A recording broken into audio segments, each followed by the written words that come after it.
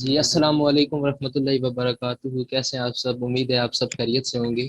آج آپ نے بینر کے اوپر پڑھ لیا ہوگا، آج جو ہمارے ٹاپکس ہیں وہ ایک ہے کہ نظم ہے کیا۔ اس کے بارے میں کل بات ہو گئی تھی، لیکن مزید آج بات کریں گے دوبارہ اس کو، اور نظم کی اقسام بات کریں گے، بنیادی اقسام کون سی ہیں، اس کے علاوہ حیت کی اعتبار سے اور موضوع کے اعتبار سے جو نظم کی اقسام ہیں آج ہم ان کے بارے میں ڈسکس کریں گے۔ اس کو آگے نظم کو کیٹیگرائز کیا گیا ہے۔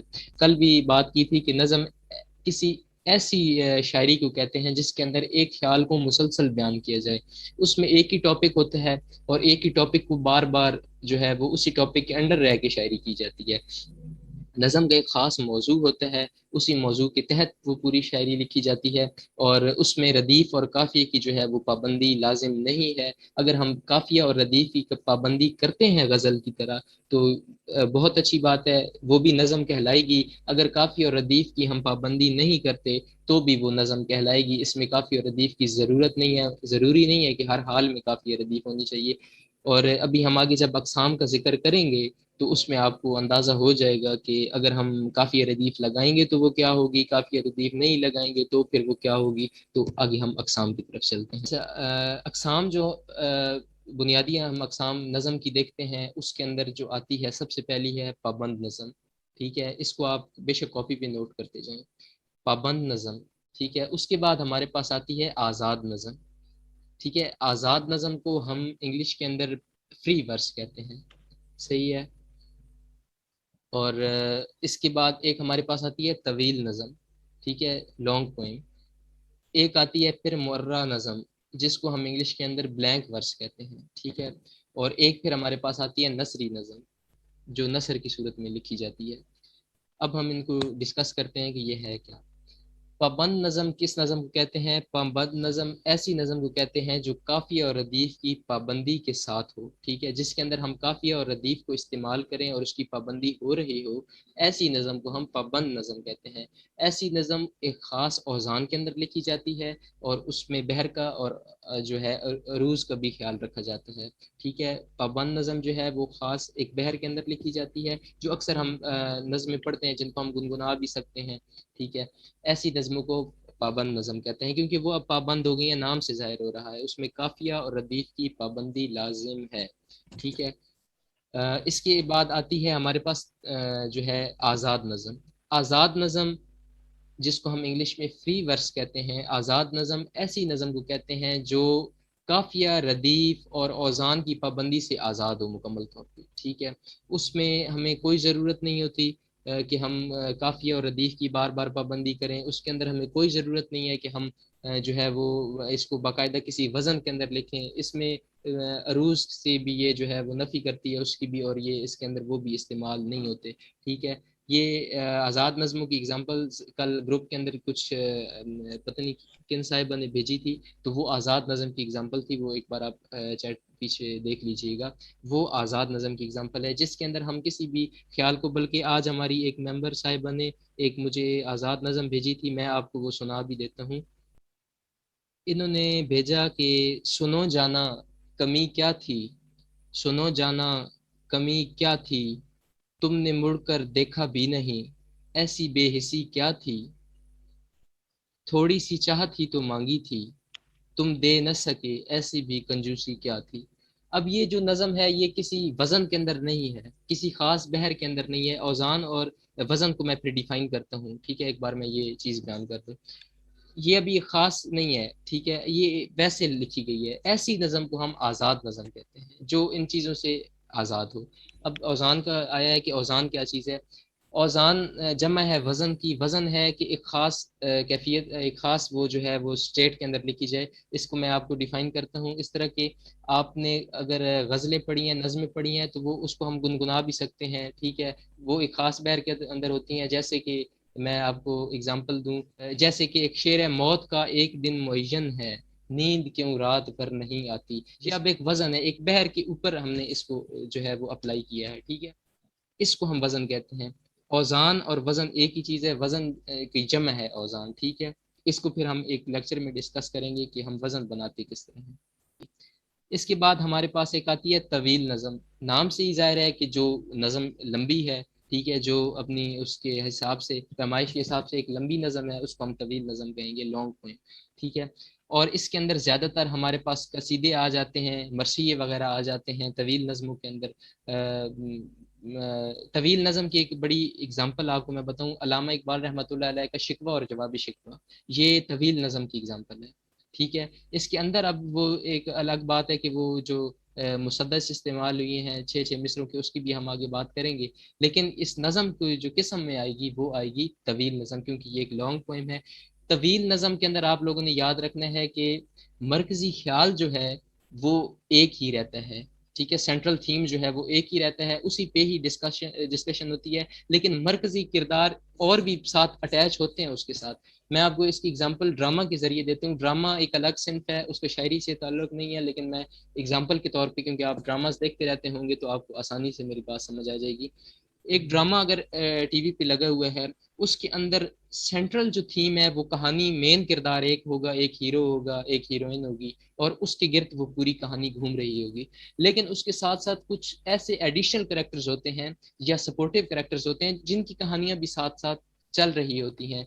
مثال کے طور پہ آج کل ڈرامہ آپ لوگ دیکھ رہے ہوں گے، پری زاد، بڑا فیمس ہو رہا ہے ڈرامہ یہ. تو اس کی میں آپ کو اگزامپل دوں کہ اس میں جو مین کریکٹر ہے پری زاد، اس پہ سارا یہ جو ہے ڈرامہ بیس کر رہا ہے، اس کی زندگی پہ کر رہا ہے. لیکن اس کے ساتھ ساتھ سپورٹیو کریکٹرز بھی آگے، جیسے اس کے 2 بھائی ہیں. ٹھیک ہے. اس کی جو بہن ہے. ٹھیک ہے. اور پھر وہ جو سیٹ بیروز تھا جو پھر مر گیا ابھی پیچھے، اب اس کا بھی پریزاد کے ساتھ لنک ہے. یہ ساتھ ساتھ سپورٹیو کریکٹرز بھی چل رہے ہیں. ٹھیک ہے. جو کہانی کو آگے بڑھا رہے ہیں، کہانی کو الیبوریٹ کر رہے ہیں. لیکن مرکزی کہانی پریزاد سے نہیں ہٹی، وہ اسی کے اوپر ہی ہے. اسی طرح کوئی ڈرامہ آپ اٹھا کے دیکھ لیں، کوئی فلم آپ اٹھا کے دیکھ لیں، اس کے اندر سینٹرل کریکٹر ایک ہوگا، سینٹرل تھیم ایک ہوگا، ساتھ سپورٹیو کریکٹرز گھوم ضرور رہے ہوں گے، لیکن ان کا صرف کام ہے سپورٹ کرنا، کہانی کو تھوڑا وسیع کر دینا اور اس صنف پہ پورا اتر جانا، لیکن مرکزی خیال سے نہیں ہٹے گی. اسی طرح جو طویل نظم ہے اس کے اندر سینٹرل کریکٹر ایک ہوگا. باب شکوہ اس کی سب سے بیسٹ ایگزامپل ہے. ٹھیک ہے.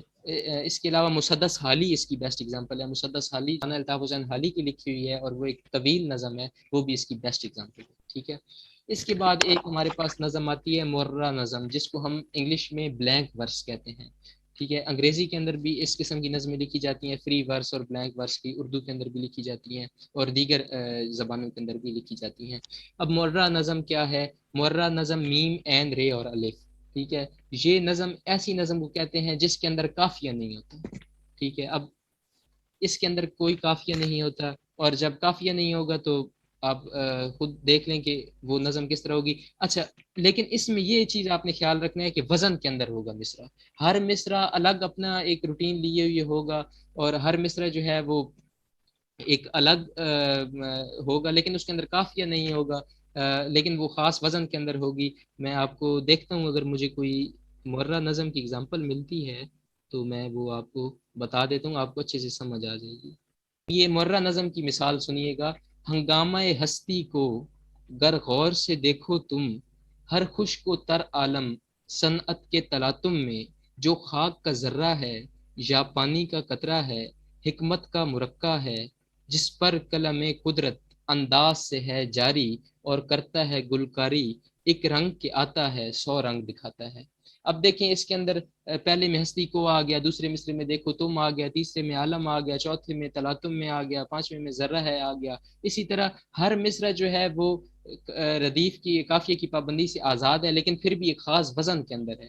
ٹھیک ہے. تمام مصرے جو ہیں وہ وزن میں ایک دوسرے کے برابر ہیں، لیکن اس میں قافیے کی پابندی نہیں ہے. نہیں، مرہ کے اندر جب قافیہ نہیں ہوگا تو پھر ردیف بھی نہیں ہوگا. ٹھیک ہے. ردیف سے پہلے کیونکہ قافیہ آتا ہے، اور ردیف اور قافیہ کا کل بھی میں نے بتایا تھا کہ چولی دامن کا ساتھ ہے، تو ردیف اگر نہ بھی ہو تو ردیف کا کوئی کام نہیں. ردیف صرف ردیف بعض نظموں میں ہوتی بھی نہیں ہے، صرف قافیہ ہوتا ہے. جیسے آخر میں، شعر کے آخر میں ہمارے پاس آتا رہے پیارا تمہارا اور سہارا، اس قسم کے اگر ایک شعر کے آخر میں الفاظ آ رہے ہیں تمام اس نظم کے اندر تو یا غزل کے اندر، تو جو ہے وہ ردیف نہیں ہے. اب اس کے اندر صرف قافیہ ہے. تو ردیف صرف سپورٹیو ہے کہ جیسے گا گا گا سب میں آ رہا ہے، میں آ رہا ہے. اس کے بعد ہماری آ جاتی ہے نثری نظم. اب نثری نظم اور آزاد نظم تقریباً ایک جیسی ہی ہوتی ہیں. ٹھیک ہے. لیکن نثری نظم بیسیکلی وہ لوگ لکھتے ہیں جو اکثر نثر نگار ہوتے ہیں اور ناول لکھتے ہیں، ڈراماز لکھتے ہیں یا کالمز وغیرہ لکھتے ہیں، تو وہ کیونکہ وہ اوزان سے اور ان چیزوں سے ناواقف ہوتے ہیں اور ان کو معلوم نہیں ہوتا، وہ اکثر پھر نثری نظمیں لکھ دیتے ہیں۔ اور نثری نظموں میں آپ اکثر دیکھتے ہوں گے کوئی مصرع چھوٹا ہے، اگلا دوسری لائن وہ 5 لفظوں کی ہے، تیسری 8 لفظوں کی ہے، چوتھی 2 لفظوں کی ہے۔ اس طرح کی جو نظم ہے اس کو ہم نثری نظم کہتے ہیں، ٹھیک ہے۔ اس کے اندر بھی جو ہے یہ وزن، قافیہ اور ردیف کی پابندی نہیں ہوتی، نثری نظم میں بھی نہیں ہوتی، آزاد نظم میں بھی نہیں ہوتی۔ آزاد نظم اور نثری نظم ٹو سم ایکسٹینٹ ایک دوسرے ایک جیسی ہی ہیں، لیکن جو ہے نثری نظم میں بھی وزن، ردیف اور کافی یہ پابندی نہیں ہوتی، اور یہ زیادہ تر وہ لوگ لکھتے ہیں جو نثر نگار ہیں۔ دیگر جو شاعر حضرات ہیں وہ بھی لکھتے ہیں نثری نظم، یہ نہیں کہ صرف نثر نگار لکھتے ہیں، شاعر حضرات بھی لکھتے ہیں، اور نثر نگاری کی نثری نظم کی آج کل بڑی مقبولیت ہے اور اکثر لوگ جو ہے وہ نثری نظمیں ہی لکھ رہے ہیں۔ اب 5 ہم نے بنیادی قسمیں اس کی پڑھی، ایک پابند نظم ہے، ایک طویل نظم ہے، ایک معرہ نظم ہے، ایک آزاد نظم ہے، اور 5ویں جو ہے وہ نثری نظم ہے، ٹھیک ہے۔ امید ہے آپ کو یہ سمجھ آ گئی ہوں گی، اس کے بارے میں فیڈ بیک دے دیں، اگر کوئی چیز اس میں سمجھ نہیں آئی تو میں دوبارہ بتا دیتا ہوں۔ معرہ نظم میں ردیف ہوتا ہے پر قافیہ نہیں نہ، ردیف کا میں نے پہلے بتایا کہ ردیف جو ہے وہ صرف ایک سپورٹیو ٹائپ ہے، ٹھیک ہے۔ ردیف نہ بھی ہو تو بھی نظم کا نظام چل سکتا ہے، کافیہ ضروری ہے، کافیہ کے بعد ردیف آتے ہیں، ٹھیک ہے۔ اور جو ہے معرہ نظم کے اندر، معرہ نظم کے اندر کافیہ جو ہے وہ پابندی نہیں ہے، اور ردیف ہوتا ہی نہیں ہے نا، جب کافیہ نہیں ہو تو پھر ردیف کی کیا ضرورت ہے، ٹھیک ہے۔ تو کافیہ نہیں ہے، مین چیز جو ہے وہ کافیہ ہی ہے، اور کافیہ اور ردیف کا چولی دامن کا ساتھ ہے۔ اچھا، اگلا سوال ہے، نثری نظم کتاب میں ہوتی ہے، بچوں کی کتابوں میں کورس کے اندر میرے خیال میں نہیں ہوتی، جو ہم نے تو پڑھی تھی تو مجھے نہیں یاد، ابھی آج کل کے بچوں کی بکس دیکھی نہیں ہے، کورس کے اندر نہیں ہوتی نثری نظمیں۔ اور بلکہ پیچھے پیچھے میں نے ایک کتاب کا پروف ریڈنگ کا کام کیا تھا، وہ ہمارے لیول کی پوئٹری تھی، وہ بھی ساری تقریباً نثری نظمیں ہی تھی، آزاد نظمیں نثری نظمیں تھی، ٹھیک ہے۔ یہ آگے ہے، کنڈیشن کس کس میں نثری نظم لکھ سکتے ہیں؟ نثری نظم کسی بھی موضوع کے اوپر لکھ سکتے ہیں، نظم کے بارے میں آپ کسی بھی موضوع کے اندر نظم لکھ سکتے ہیں، چاہے وہ پھر آپ کی آگے چوائس ہے آپ نظم کی کون سی قسم لکھتے ہیں، ٹھیک ہے۔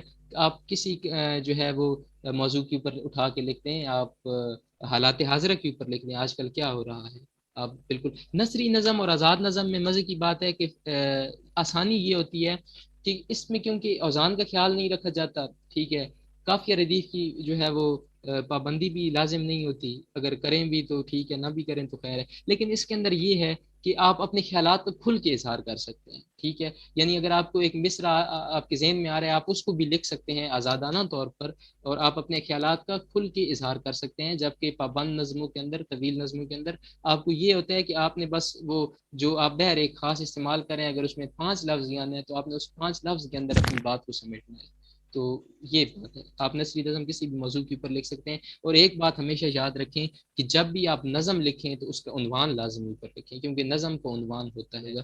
اچھا، اگلا سوال ہے کہ نثری نظم میں جو اشعار ہوتے ہیں ہر مصرے میں موضوع بھی الگ ہوگا؟ نہیں، موضوع ایک ہی رہے گا، نظم کی کوئی بھی قسم ہو، نظم میں موضوع ایک ہی رہتا ہے، ایک ہی عنوان کے تحت آپ نے اپنی بات لکھنی ہوتی ہے، ٹھیک ہے۔ یہ نظم اور غزل میں بنیادی فرق ہی یہی ہے کہ نظم ایک خاص موضوع کے تحت لکھی جاتی ہے اور غزل کا کوئی موضوع نہیں ہوتا، نظم کا ہر جو شعر ہے وہ دوسرے کے ساتھ انٹر کنیکٹڈ ہے، اگر وہ پابند نظم ہے تو پھر وہ تو اشعار میں لکھی جائے گی، نثری نظم اور آزاد نظمیں تو مصروں کی صورت میں بھی لکھی جاتی ہیں، ٹھیک ہے۔ میں ایک بار دوبارہ نظم اقسام کے نام بتا دیتا ہوں، پابند نظم ہے، طویل نظم ہے، اس کے بعد آزاد نظم ہے، مرہ نظم ہے، اور نثری نظم ہے، یہ جو ہیں 5 اس کی ہیں اس میں بنیادی اقسام۔ اب ہم نظم کی اقسام کے بارے میں بات کریں گے موضوع کے لحاظ سے، کہ موضوع کے لحاظ سے، ٹاپک کے حوالے سے نظم کی کون کون سی قسمیں ہیں۔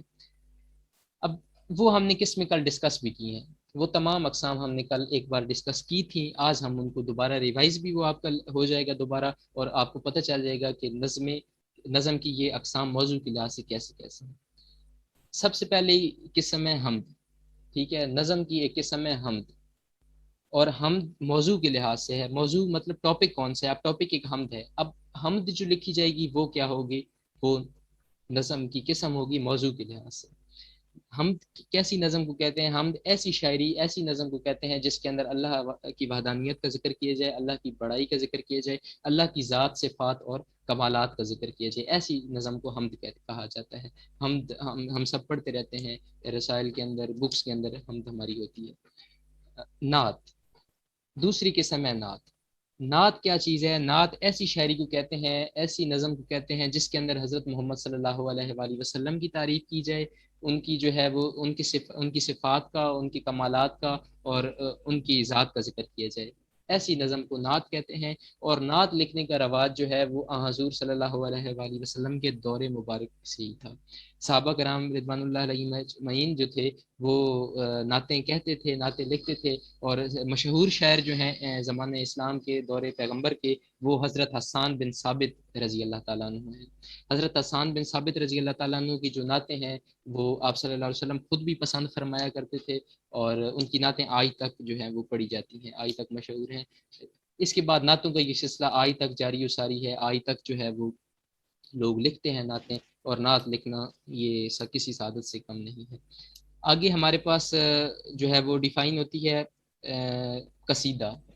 قصیدہ کیا ہے؟ قصیدہ لفظ جو نکلا ہے وہ قصد سے نکلا ہے۔ قصد کا مطلب ہے ارادہ کرنا، ٹھیک ہے، کسی چیز کا کے لیے رفتے سفر باندھنا، قصد کرنا، ایسی قصیدے، اب قصد سے قصیدہ نکل آیا۔ اور اب قصیدہ جو ہے وہ کیسی نظم کو کہتے ہیں؟ قصیدہ ایسی نظم کو کہا جاتا ہے جس کے اندر ہم کسی کی تعریف بیان کریں، کسی کی بڑائی کو بیان کریں، کسی کی کوئی صفات کو بیان کر دیں، ایسی کو قصیدے کہتے ہیں۔ اور قصیدہ لفظ جو ہے وہ اس لیے اس کا نام ایسی نظم کا قصیدہ رکھا گیا ہے کہ وہ ارادتاً شاعر لکھتے ہیں، ٹھیک ہے۔ اب فار ایگزامپل میں نے کسی صحابہ کے بارے میں اگر ان کی شان میں کوئی قصیدہ کہہ رہا ہوں، ٹھیک ہے، تو اب وہ میں ارادتاً لکھوں گا کہ میں نے ان کی شان کے بارے میں ان کی جو ہے وہ ہسٹری پڑھوں گا، ٹھیک ہے، اس کے بعد مجھے پتہ چلے گا کہ اس کے اندر میں نے یہ لکھنا ہے۔ اب وہ کیونکہ میرا ارادہ ہو گیا، میں نے ارادتاً ایک چیز لکھی ہے، ایسی چیز کو قصیدہ کہا جاتا ہے۔ اور قصیدے ہم اکثر ہماری جو شادیاں ہوتی ہیں اس کے اندر سب سے پہلے جو وہ گانے والے ہوتے ہیں وہ اکثر قصیدے ہی پڑھتے ہیں، ٹھیک ہے۔ پنجابی کے اندر، اسی طرح اردو کے اندر بھی قصیدے لکھے جاتے ہیں۔ اور ایک ٹائپ اس کی آتی ہے مرثیہ۔ مرثیہ جو ہے وہ اب یہاں پہ اصل مکس ہو جائے گا، قصیدہ اور منقبت بھی تقریباً ایک جیسی یہ ہوتی ہے، کیونکہ منقبت میں بھی شان بیان کی جاتی ہے، قصیدہ کے اندر بھی شان بیان کی جاتی ہے۔ اسی طرح بھی میں مرثیہ کی بات کر رہا ہوں، مرثیہ اور نوحہ، اس کے اندر دکھ و غم کا اظہار کیا جاتا ہے، مگر نوحہ کسی بھی بات پر کیا جا سکتا ہے، ٹھیک ہے۔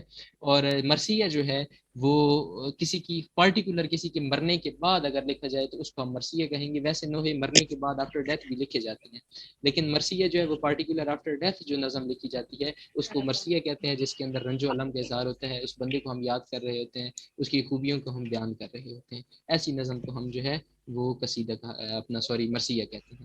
اس کے بعد ہمارے پاس ایک قسم اس کی آتی ہے پیروڈی۔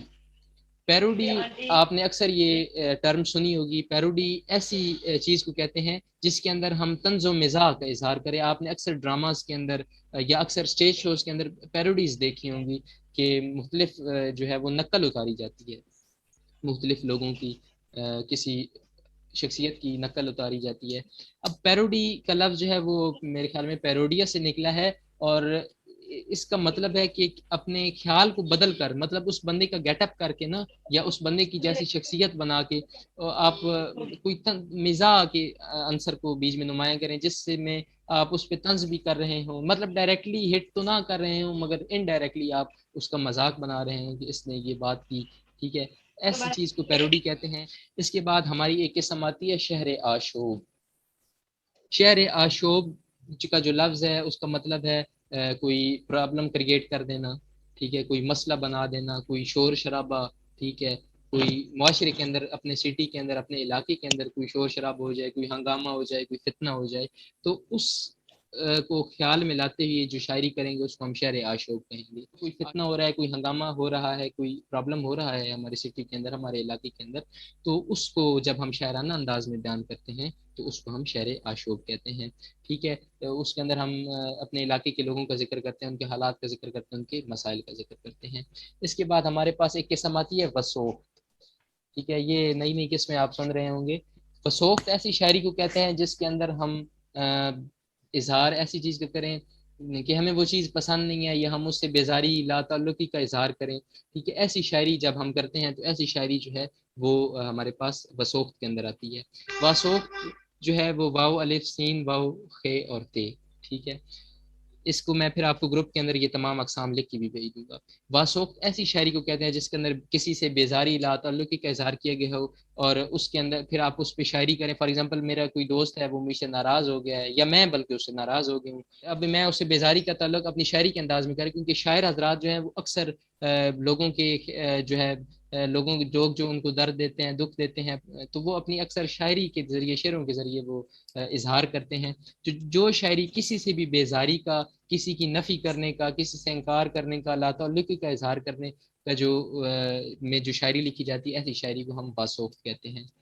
اس کے بعد ایک ہمارے پاس قسم آتی ہے گیت، ٹھیک ہے، موضوع کے لحاظ سے گیت کا کل بھی ذکر ہوا تھا۔ گیت ایسی چیز کو کہتے ہیں جس کو ہم میوزیکلی سنگ کر سکیں، ٹھیک ہے، پرانی فلمیں گیت آپ نے سنے ہوں گے، ٹھیک ہے، ان کو جو ہے وہ ہم گیت کیوں کہتے ہیں؟ کیونکہ ان کو ہم باقاعدہ گا سکتے ہیں، میوزیکلی اس کو ہم پروڈیوس کر سکتے ہیں، ٹھیک ہے، ایسی چیز کو گیت کہتے ہیں۔ عموماً غزلوں کو بھی گیت کہہ دیا جاتا ہے، ٹھیک ہے۔ ایک عتیق شفائی صاحب کی بڑی مشہور غزل ہے، وہ دل ہی کیا تیرے ملنے کی جو دعا نہ کرے، میں تجھ کو بھول کے زندہ رہوں خدا نہ کرے، یہ بھی ایک گیت کی قسم ہے، ٹھیک ہے۔ لیکن ہم کیونکہ نظم کی بات کریں تو ہم پرٹیکولر فی الحال نظم کی بات کریں گے، یہ میں نے ویسے آپ کو مثال دے دی ہے۔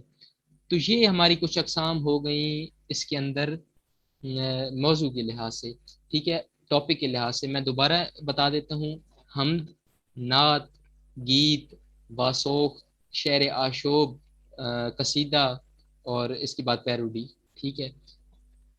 واسوقت میں ناراضگی، بالکل ناراضگی کا اظہار ہو سکتا ہے، واسوقت ہے یہ چیز، کسی سے ناراضگی کا، بیزاری کا اظہار کرنا بالکل ہو سکتا ہے۔ اچھا، اب بعض لوگ جو ہیں وہ کرتے ہیں غزل کو بھی جو ہے نا وہ نظم کی موضوع کے لحاظ سے اقسام میں شامل کر لیتے ہیں، لیکن کیونکہ ہم غزل میں سمجھتا ہوں کہ ایک علیحدہ صنف ہے، ٹھیک ہے، تو ہم اس کو اسی ٹاپک کے اندر ڈسکس کریں گے، اس کا نظم سے تعلق نہیں ہے، لیکن کچھ لوگ کرتے ہیں۔ یہ ہماری کچھ اقسام ہو گئی موضوع کے لحاظ سے۔ میں دوبارہ دہرا دیتا ہوں، حمد، نعت، باسوق، شعر آشوب، اور گیت، پیروڈی، اور اس کے بعد ہمارے پاس کوئی رہت نہیں گی، قصیدہ، مرثیہ، یہ ہماری کچھ اقسام ہوگی۔ اگر آپ کو ان میں کوئی چیز سمجھ نہیں آئی تو آپ کوشچن کر سکتے ہیں۔ موضوع کے لحاظ سے جو ہماری ہیں وہ اقسام ہوگی۔ مرثیہ نظم میں انسان کی ڈیتھ پر لکھی جائے گی یا ابتدا سے ڈیتھ تک کا نقشہ کھینچا جائے گا؟ اچھا، مرثیہ کسی کی آفٹر ڈیتھ لکھا جاتا ہے، ٹھیک ہے۔ اب ڈیتھ کے بعد آپ اس مرثیے کے اندر یاد کر سکتے ہیں اسے کسی بھی حوالے سے، کسی بھی نظم کے اندر۔ یہ تو بہت مشکل ہوتا ہے کہ اس کی پیدائش سے لے کر اس کی وفات تک تمام واقعات کا ذکر کریں، ٹھیک ہے، یہ تو بہت مشکل ہے، ٹھیک ہے، لیکن مرثیے کے اندر ہم بیان کر سکتے ہیں کہ ہمارا اس کے ساتھ وقت کیسے گزرا۔ اچھا، ایک کوشچن ہے، فیض کی مجھ سے پہلی سی محبت میرے محبوب نہ مانگ، اس کو گیت کہا جائے گا؟ جی بالکل، یہ نظم ہے، ٹھیک ہے، اور اس کو ہم گیت کہیں گے، غزل نہیں ہے، یہ غزل نہیں ہے، یہ نظم ہے، کیونکہ اس کے اوپر عنوان فیض صاحب نے خود دیا ہوا ہے کتاب کے اندر کہ مجھ سے پہلی سی محبت میرے محبوب نہ مانگ، اور یہ ہے بھی نظم، اور نظم کی صنف کے اوپر ہی اترتی ہے پوری۔ اس کو میرے خیال میں مہدی حسن خان صاحب نے گایا تھا، بہرحال اور بھی شاید کسی نے گایا ہو، لیکن یہ ہے کہ یہ نظم ہے اور اس کو ہم بالکل گیت کہہ سکتے ہیں، صحیح ہے۔ اب حیت کے لحاظ سے ہماری جو ہے وہ اقسام کون سی ہیں، یعنی کہ صنف کے لحاظ سے میں آپ کو آسان الفاظ میں بتاؤں، ایک تو موضوع ہو گیا نا، اور ایک ہو گیا صنف کے لحاظ سے۔ صنف کے لحاظ سے یا حیت کے لحاظ سے ہماری جو ہیں وہ اس کی اقسام میں کیا آتی ہے؟ مثنوی آتی ہے، اس میں دوہا آ جاتا ہے، اس کے اندر ہماری مثلث آ جاتی ہے، رباعی آ جاتی ہے، قطع آ جاتا ہے، اس کے بعد ہماری مسدس آ جاتی ہے، اور مخمس آ جاتی ہے۔ ہم اس کو ڈیٹیل میں ڈسکس کر لیتے ہیں، ٹھیک ہے۔ سب سے پہلے ہماری قسم ہے وہ مثنوی ہے۔ مثنوی کیا ہے؟ مثنوی جو ہے وہ ایسی نظم کو کہتے ہیں جس کے اندر ہر شعر کے جو دونوں مصرے ہیں وہ ہم قافیہ ہوں۔ اچھا، اب میں آپ کو اس کا آسان الفاظ میں کیسے سمجھاؤں کہ آپ نے بعض نظمیں ایسی پڑھی ہوں گی جس میں پہلا جو شعر ہے اس کے اندر ایک جیسے آخر میں قافیہ ردیف آ رہے ہوں گے، جو پھر دوسرا مصرع ہے اس کے اندر دو علیحدہ طریقے کے قافیہ ردیف آ رہے ہوں گے، جو تیسرا ہوگا اس کے اندر علیحدہ قسم کے آ رہے ہوں گے۔ اس کی بھی میرے پاس ایک ایگزامپل پڑی ہے، آج ایک صاحبہ نے بھیجی تھی، میں وہ آپ کو دیکھ کے بتاتا ہوں، آپ کو بڑے اچھے سے وہ جو ہے وہ سمجھ آ جائے گی. پوچھے بغیر پڑھنا اچھا تو نہیں ہے، لیکن میں چلے آپ کی اگزامپل کے لیے میں آپ کو صرف 2 شعر سنا دیتا ہوں. اور وہ ہے کہ یہ ہے اللہ کا ایک تحفہ، ہر جانب ہو ان کا غلبہ، دھرتی کی تو یہ ہے زینت، لگتی ہے کچھ ان پر محنت. اب آپ دیکھیں کہ جو پہلا شعر ہے اس میں تحفہ اور غلبہ آ رہا ہے، ٹھیک ہے، ہم آواز الفاظ آ رہے ہیں. دوسرے کے اندر زینت اور محنت آ رہا ہے، یہ ہم آواز الفاظ آ رہے ہیں. اسی طرح انہوں نے آگے جو بھی استعمال کیا، ایک شعر ہے اس کا، کیل سنوبر پڑتل پیپل کیکر جامن شیشم سنبل. اب پیپل اور سنبل جو ہیں یہ دونوں ہم آواز الفاظ ہیں. اسی طرح یہ جو ہے نا، یہ ایسی نظم جس کے ہر شعر کے آخر میں کافی اور ردیف کی علیحدہ علیحدہ پابندی ہو رہی ہو، ایسی نظم کو ہم مثنوی کہتے ہیں. مجھے امید ہے آپ کو اس کی سمجھ آ گئی ہوگی. مثنوی کو میں دوبارہ ریپیٹ کر دیتا ہوں. مثنوی کا معنی جو ہے وہ 2 ہے، ٹھیک ہے، 2. مثنوی کا معنی جو ہے وہ 2 ہے، اور مثنوی ایسی نظم کو کہتے ہیں جس کا جو ہر شعر ہے اس کے دونوں مصرے ہم کافیہ ہوں. ٹھیک ہے. عام نظم میں تو ہم دیکھتے ہیں نا کہ پہلا جو شعر ہے وہ ہم کافیہ ہوگا، دوسرے شعر کا جو پہلا مصرع ہے وہ ردیف اور کافی کی پابندی سے آزاد ہوگا، مگر جو دوسرے شعر کا دوسرا مصرع ہے وہ اسی کافیے کی پابندی کرے گا جو پہلے کی ہے. لیکن جو مثنوی ہے یہ ایسی نظم کی اگزامپل ہے جس کے اندر ہر شعر میں جو ہے وہ کافی ردیف کی پابندی ہو رہی ہو لیکن علیحدہ علیحدہ ہو رہی ہو. ٹھیک ہے، اس کے معنی 2 کے ہیں. اچھا، آگے ہماری جو دوسری اگزامپل ہے وہ ہے مثلث. مثلث نام سے ظاہر ہے 3، مثلث کا مطلب ہے 3، ٹھیک ہے، جس کو ہم ٹرائنگل بھی کہتے ہیں. ٹرائنگل کو اردو میں بھی مثلث کہتے ہیں نا. اب ایسی نظم جس کے ہر بند جو ہے وہ 3 مصروں پر مشتمل ہو، ایسی نظم کو مثلث کہتے ہیں. اس کے اندر عموماً یہ ہوتا ہے کہ جو تیسرا مصرع ہوتا ہے وہ بار بار ریپیٹ ہو رہا ہوتا ہے ہر بند کے اندر. تیسرا مصرع سیم رہتا ہے، اور جو پہلے جو شعر ہے وہ آپ کی اپنی مرضی ہے کہ وہ آپ اس میں ہر شعر کے اندر کافی ردیف علیحدہ علیحدہ لگائیں یا ایک جیسا بھی پوری نظم میں لگا سکتے ہیں. لیکن ایسی نظم جس کا ہر بند 3 مصروں پر مشتمل ہو، ایسی نظم کو جو ہے وہ ہم مثلث کہتے ہیں. نام سے ظاہر ہو رہا ہے ٹرائنگل، یعنی جس کے 3 کونے یعنی 3 اس کے اندر مصرے ہوں. یہ چیزیں آپ نے نام سے جو ہے وہ ظاہر کرنا ہے. اس کے بعد ہماری آ جاتی ہے دوہا. دوہا جو ہے یہ 2 مصروں پر مشتمل ہوتا ہے. ٹھیک ہے، دوہا جو ہے وہ 2 مصروں پر مشتمل ہوتا ہے، اور یہ چھوٹی سی نظم ہوتی ہے بس. ٹھیک ہے، 2 مصروں پر ہی یہ نظم مشتمل ہوتی ہے، یعنی آپ کہہ دیں کہ ایک شعر پر. ٹھیک ہے. اب یہ کوئی وہ میں مثلث دوبارہ بتا دیتا ہوں. ٹھیک ہے، دوہا جو ہے یہ 2 ایک شعر پر ہی مشتمل ہوتی ہے. 2 مصرے اس کے اندر ہوتے ہیں، یعنی ایک شعر ہوتا ہے اور اسی کے اندر آپ اس پوری چیز کو بیان کر دیتے ہیں بآسانی. ٹھیک ہو گیا. اور اس کے اندر ایک شعر کے اندر ہی پورا موضوع کو بیان کر دیا جاتا ہے، دوہا اس کو کہتے ہیں. اور ویسے اس میں ایک فرد بھی آ جاتا ہے جو میں نے کل بھی ڈیفائن کیا تھا. فرد ایک شعر کو کہتے ہیں. ٹھیک ہے، آپ نے اکثر کتابوں میں پڑھا ہوگا فردیات، یا کتابوں کے اندر شاعری کی کتابوں کے اندر آپ نے فردیات لفظ پڑھا ہوگا. فردیات کہتے ہیں اشعار کو جو انڈیویجولی اشعار لے کے جائیں، علیحدہ علیحدہ اشعار لے کے جائیں، ایسے کو ہم فردیات کہتے ہیں. اور فرد ایک شعر کو کہتے ہیں، اور فرد ایک شعر کا جو پہلا مصرع ہے اس کو مصرع اولا کہتے ہیں، اور جو دوسرا مصرع ہے اس کو ہم مصرع ثانی کہتے ہیں. میں مثلث کا دوبارہ بتا دیتا ہوں.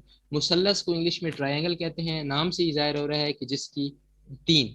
ٹھیک ہے، اب 3 سے آپ نے خود اندازہ لگا لینا ہے کہ ایسی نظم جس کا ہر بند 3 مصروں پر مشتمل ہو، ایسی نظم کو جو ہے وہ مثلث کہتے ہیں. سمجھ آ گئی ہے اب آپ کو؟ ٹھیک ہو گیا. اس کے بعد اب ہمارا ایک اس کی قسم آتی ہے ربائی. ربائی کو بھی ہم نے کل ڈسکس کیا تھا. ربائی کیا ہوتی ہے؟ ربائی ایسی نظم کو کہتے ہیں، یا وہ ایسی 4 مصروں کو کہتے ہیں جس کے اندر پہلے 2 مصرے اور چوتھا مصرع ایک جیسے کافی اور ردیف کی پابندی کر رہا. ٹھیک ہے، جس کا کل میں نے آپ کو اپنا ایک سنایا بھی تھا، کہ میں دوبارہ وہی سنا دیتا ہوں، آپ کو یاد ہوگا. خدا کی ذات سے اے کاش اتنا پیار ہو جائے، ادھر دل میں تمنا ہو ادھر دیدار ہو جائے، شب معراج میں کیسی وہ پیاری کھڑی تھی جب خدا نے خود یہ چاہا کہ وصال یار ہو جائے. اب اس کے پہلے جو 2 مصرے ہیں اور جو چوتھا مصرع ہے یہ کافی اور ردیف کی پابندی کر رہا ہے. پہلے مصرے میں کیا ہے؟ ذات سے پیار ہو جائے، اور پھر دوسرے میں ہے دیدار ہو جائے، اور چوتھے مصرے میں آ جاتا ہے وصال یار ہو جائے. ٹھیک ہے، پیار، یار اور دیدار. یہ اب ایسے 3 لفظ ہیں کہ یہ پہلے 2 مصرے اور جو چوتھا مصرع ہے یہ کافی اور ردیف کی پابندی کر رہا ہے. ایسی نظم کو جو ہے وہ ربائی کہتے ہیں. ربائی بیسیکلی 4 مصروں پر ہی مشتمل ہوتی ہے. ٹھیک ہو گیا. اس کے بعد قطع. صنف کے لحاظ سے، حیت کے لحاظ سے ایک ہمارے پاس قطع بھی اسی کی قسم کے اندر آتا ہے، اور قطع جو ہے وہ بھی 4 مصروں پر مشتمل ہوتا ہے. لیکن قطعات کے اندر اکثر یہ ہے کہ قطع کا مطلب بیسیکلی ٹکڑا ہوتا ہے. ٹھیک ہے. بعض لوگ اس کو قطع بھی پڑھتے ہیں، تو جو صحیح پروناؤنسیشن ہے وہ قطع ہے. اور قطع عرضی اور چیز ہے، وہ اس کے لیے قطع عرضی استعمال کیا جاتا ہے، اس کے لیے قطع استعمال کیا جاتا ہے، اور اس کو معنی ہے ٹکڑا. ٹھیک ہے. اور یہ کسی بھی ٹکڑے کو کہہ سکتے ہیں. ٹھیک ہے. قطعات پہ مشتمل نظمیں بھی لکھی جاتی ہیں، 4 مصروں کی نظمیں بھی ہوتی ہیں، جس کو ہم پھر بند کہہ دیتے ہیں. ٹھیک ہے. 4 مصروں کی وہ لکھی ہوئی ہے، وہ مکمل ایک نظم ہے. ٹھیک ہے. اس کو پھر ہم بیچ میں بند کہہ دیتے ہیں کہ یہ اتنے بند پہ مشتمل ہے. انگلش میں ان کو کپلیٹس بھی کہا جاتا ہے. ٹھیک ہے. تو قطع ایسا ہے جس کے اندر 4 مصرے 4 ہی ہوں، لیکن اس کے اندر ایک ہی جو ہے وہ کسی خیال یا واقعے کو مسلسل بیان کیا جا رہا ہے 4 مصروں کے اندر. اور اس کے اندر عموماً یہ ہوتا ہے، ویسے تو اس کے اندر جو ہے وہ موضوع کی قید نہیں ہوتی، ہر قسم کے موضوع پہ ہم قطعات لکھ سکتے ہیں اور قطعات کا عنوان بھی دے سکتے ہیں. ٹھیک ہے. اور لیکن اس کے اندر یہ ہوتا ہے کہ بعض اوقات صرف جو دوسرا اور چوتھا مصرع ہے وہ کافی اور ردیف کی پابندی کر رہا ہوتا ہے. ٹھیک ہے. ربائی میں پہلے 2 اور چوتھا مصرع جو ہے وہ اس کی کافی اور ردیف کی پابندی کر رہا ہوتا ہے. اس کے بعد ہمارے پاس جو اگلی قسم ہے وہ ہے مخمس. مخمس خمس سے نکلا ہے اور اس کے معنی ہے 5 کے.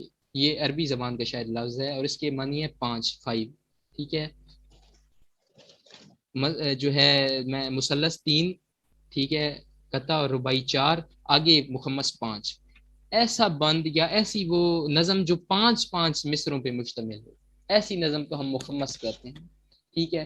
اس میں عموماً اگزامپل آ جاتی ہے کہ پہلے جو ہے وہ دو اشعار لکھے گئے ہیں نا، وہ آپ نے اکثر دیکھا ہوگا کہ آمنے سامنے ایک مصرع یہ ہے، پھر ایک مصرع اس کے سامنے ہے، پھر اس کے نیچے ایک مصرع اس کے سامنے، اور ایک مصرع پھر سینٹر میں لکھے ہوئے ہوتے ہیں. ٹھیک ہے. تو ایسی نظم جو ہے وہ مخمس کے اندر آتی ہے، جس میں جو ہے وہ بند جو ہے وہ 5 مصروں پر مشتمل ہو.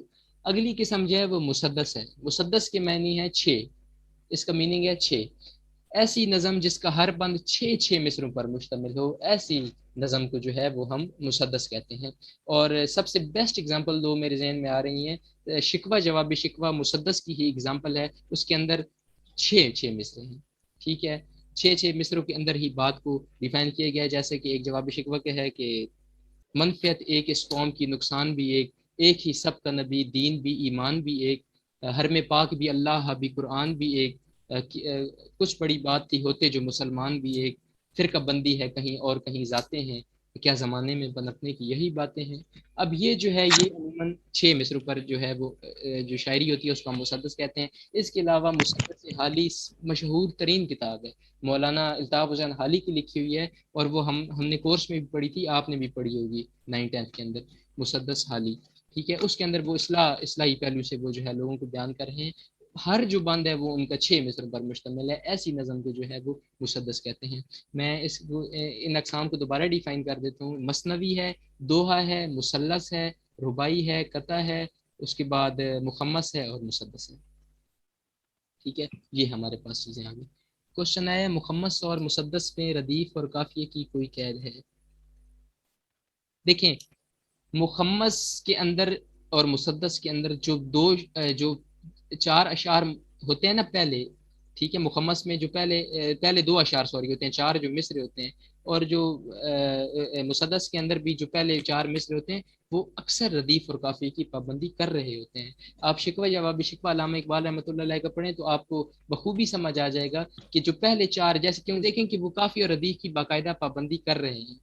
ٹھیک ہے. اسی طرح آپ مسدس حالی دیکھیں یا اور بھی مسدس کے اندر جو نظمیں لکھی گئی ہیں، ٹھیک ہے، وہ آپ اگر دیکھیں تو یہ میں انشاءاللہ آپ کو اس کی ایگزامپلس باقاعدہ نظمیں دکھاؤں گا. ٹھیک ہے. تو یہ ایگزامپلس کے تھرو بھی ایک بار سمجھاؤں گا یہ ساری. تو لیکن جو آخری 2 مصرے ہوں گے نا، یا آخری جو ایک مصرع ہو رہ جائے گا پیچھے، ٹھیک ہے، مخمس اور مسدس کے اندر، وہ علیحدہ قافیہ اور ردیف پہ بھی ڈیپینڈ کر سکتے ہیں. سمجھ آ گئی؟